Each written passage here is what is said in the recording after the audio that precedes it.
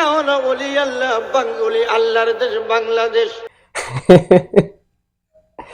কিও চিনছেন নি? এটা কেডায়? মালটারে চিনছেন? কেডা এটা?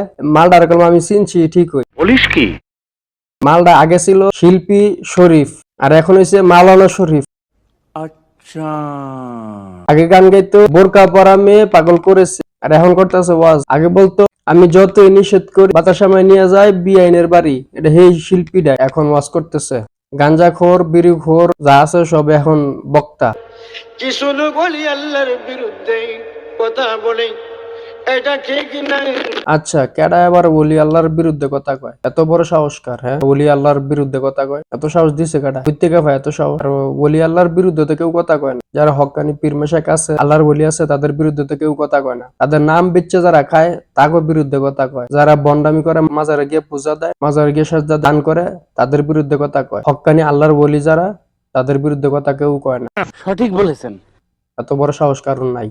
একজন আল্লাহর অলি হওয়া 70 বছর মাটি কাটলে যে পরিশ্রম হই, একজন কামেল আল্লাহর অলি হইলে তো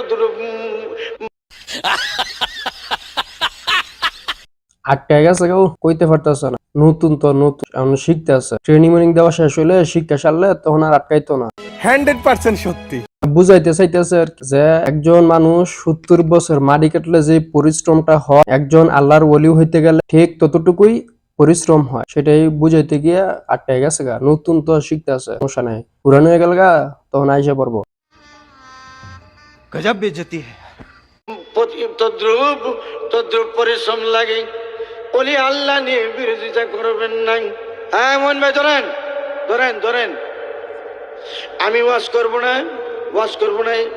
আয় হায়, এটা আবার কি বললো এতক্ষণে? সে নাকি ওয়াজ করবে না? এটা তো ওয়াজেরই মঞ্চ। আর এখানে তো যারা বসে তারা ওয়াজই করে, মাইক নিয়ে চেয়ারে বসার মানে হইতেছে ওয়াজ করার জন্য বসছে। সে নাকি ওয়াজ করবে না? এটা কোনো হইলো?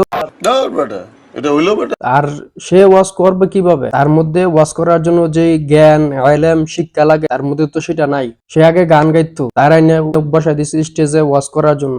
शाबाश बेटा, बहुत बढ़िया। তো সে কই থেকে ওয়াজ করবে? ওয়াজ করার জন্য তো ইলম লাগবো, হাদিস কোরআন জানা থাকতে হইব, তখন তো ওয়াজ করতে পারবে। তার মধ্যে তো সেটাই নাই, সে ওয়াজ করবে কিভাবে?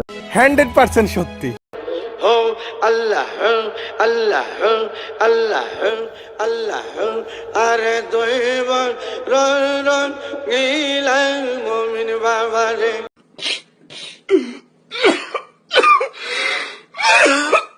ওম্মা, এটা আবার কোন ধরনের জিকির? এতদিন তো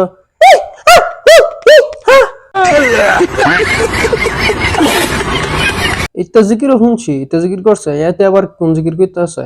এতে দিকে আল্লাহ হু আল্লাহ হু, হু করতে গাইলো। এখানে তো শুধু হা আল্লাহু আল্লাহু, এতে কইতে আছে আল্লাহ হু আল্লাহ হু। আবার নতুন করতে আপডেট নাকি? নিউ ভার্সন আর কি, আপডেট নিউ ভার্সন 2026 সালে আপডেট ভার্সনটা বাড়িয়েছে আর কি জিকির। এখানে শুধু হা হইব, বড় হা না, আল্লাহ হু না। যোগ্যদের চেয়ার এভাবেই অযোগ্যরা দখল করবে। যোগ্যরা এই স্থান পাবে না। যেখানে আগে বসতো বড় বড় আলেম ওলামা, তাদের জায়গায় এখন বন্ড গাঞ্জাখোর মদখোর এখন তারা বসে। এই শরীফের মাথায় আগে এরকম একটা পাগড়ি ছিল, যখন কেল্লা সার গান গাইতো। হয়তো ভিডিও গুলো দেখলে আপনারা দেখতে পারবেন, তার মাথার মধ্যে এরকম পাগড়ি ছিল আগে, এখনো সেই পাগড়ি আছে। তখন গান গাইতো, এখন ওয়াজ করতেছে। মাল কিন্তু একটাই। যারা বাংলাদেশে আছেন, কণ্ঠ একটু ভালো, তারা চেষ্টা করেন মা গুকু একটা টান দিবেন, আল্লাহ গুকু একটা টান দিবেন, বাবা গুকু একটা টান দিবেন, দেখবেন কয়েকদিনের ভিতরে মার্কেট পেয়ে যাবেন। কারণ বাংলাদেশের মধ্যে কণ্ঠ হইলে সবকিছুই সম্ভব। আপনার কণ্ঠের দরকার, আলেমের দরকার নাই, শিক্ষার দরকার নাই, আপনি হক কথা বলার দরকার নাই। আপনি মা গো বাবা ওকে টান দিবেন, কিচ্ছা খাইনি বলবেন সুর দিয়া, আপনার মার্কেট ভ্যালু অনেক থাকবে, আপনার পিছনে অনেক ভক্ত ঘুরবে। এখন বর্তমান এই অবস্থায় চলতেছে বাংলাদেশের মধ্যে। তাদের মধ্যে আলেম আছে, জ্ঞান আছে, হাদিস কোরআনের তাফসির করতে পারে, তাদেরকে কেউ দাওয়াত দেয় না। তাদের মতো শিল্পী যারা গাঞ্জাখোর মদখোর, তাদেরকে দাওয়াত দেওয়া হয়। সে আগে কেল্লাশা খরমপুরে বৈশা গাঞ্জা টানতো, মদ খাইতো, সিগারেট টানতো, তারা এখন স্টেজ আইনা বসাইছে ওয়াজ করার জন্য। তাহলে এখন চিন্তা করেন যে মানুষের মন মানসিকতা কতটুকু নিচে নেমে গেছে, কোন লেভেলে চলে গেছে। আর যেগুলা তারা না এই স্টেজের মধ্যে বসাইছে, এখন আমার প্রশ্ন হচ্ছে এই মানুষগুলা কি আসলে কি ভাত পানি খায়, নাকি কুত্তার পিছন দিয়ে যেটা বাইরে ওইটা খায়? যদি ভাত পানি খাইতো তাহলে মাথার মধ্যে এতটুকু গিলু থাকার দরকার ছিল। কোন লেভেলের মানুষ, কোন তরিকার মানুষ, তাকে এখানে আইনা বসানো উচিত হবে কিনা, তারা এতটুকু খাটাইতো মাথা দিয়া। ভিডিওটা সবাই বেশি বেশি শেয়ার করবেন।